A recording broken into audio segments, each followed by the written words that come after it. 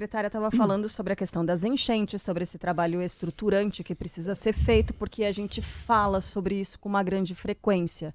E tem que falar mesmo, porque a gente está falando de vidas, né, secretária?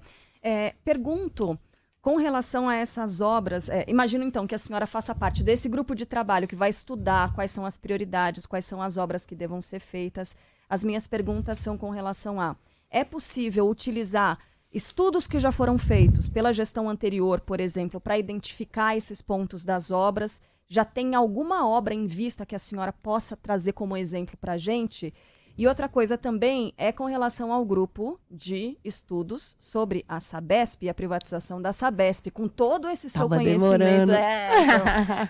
Terceira pergunta e nada de Sabesp não ainda. Achei estranho. Porque todo o seu conhecimento técnico, a gente imagina que parte dessa cabeça aí os critérios que vão ser analisados para uma possível privatização ou não da Sabesp. Que critérios são esses? O que é que vai ser levado em consideração na hora de uma decisão de privatização ou não? Vamos lá, então.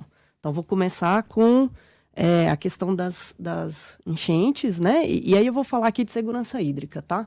Porque o que a gente está pensando ali, e vou falar em 3 eixos, tá? Dentro da segurança hídrica. Um é de pronta resposta, que a população, a sociedade, ela tem que olhar para o Estado e falar assim, se acontecer alguma coisa, eu tenho que estar protegido.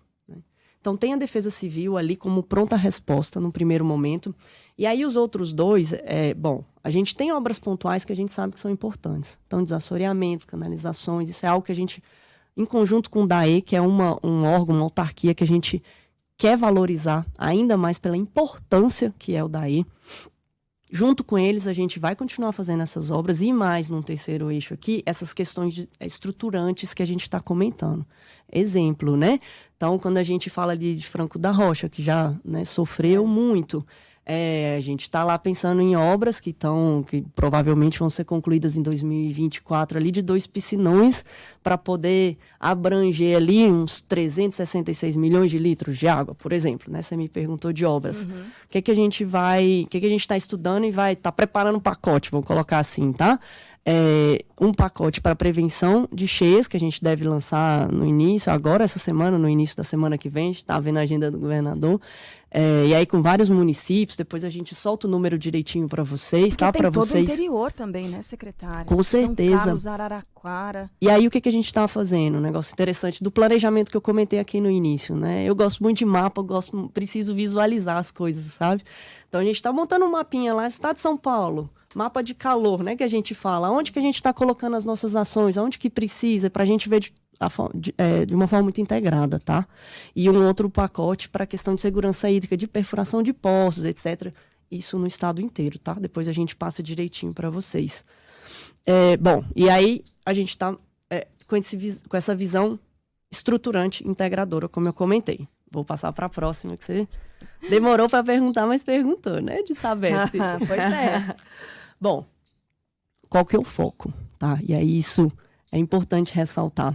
Falei no início, o foco é a prestação do serviço, tá? E aí a gente tem que olhar muito o serviço. Às vezes a gente foca muito, no Brasil como um todo, na empresa, no ativo, às vezes a gente tem um caráter patrimonialista, né?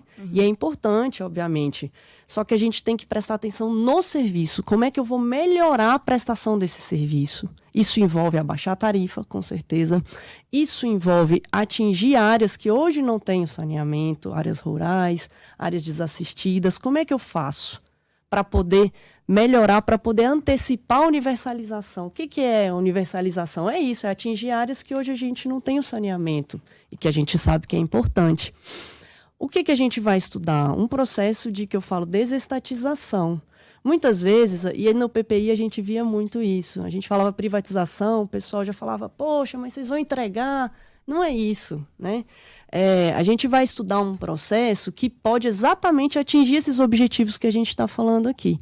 Óbvio, a gente vai fazer, o governador falou isso, né? Com cautela. Por quê? Porque a gente vai conversar muito sempre com a sociedade, com os municípios. Por quê? Porque grande parte do ativo da Sabesp, entra nos nossos critérios, vem dos contratos que ela tem com os municípios. Então, quando você fala o seguinte, como é que eu tenho esse valor para poder abaixar a tarifa, para poder aumentar investimento? Quando você prorroga esses contratos, isso a gente faz em conjunto com os municípios, traz esse valor para agora. E quando a gente fala em trazer o valor para agora, a gente fala em aumentar emprego, em aumentar a renda, além de toda essa questão de encontrar o serviço com a sociedade, fazer esse encontro que é importante, né? E saúde, né, gente? A gente está falando aqui de saneamento. Saneamento está intrinsecamente ligado proporcionalmente à saúde. Privatizar a Sabesp não é fácil. Imagino que não seria algo para 2023. Seria algo para ser bem negociado durante os próximos 4 anos.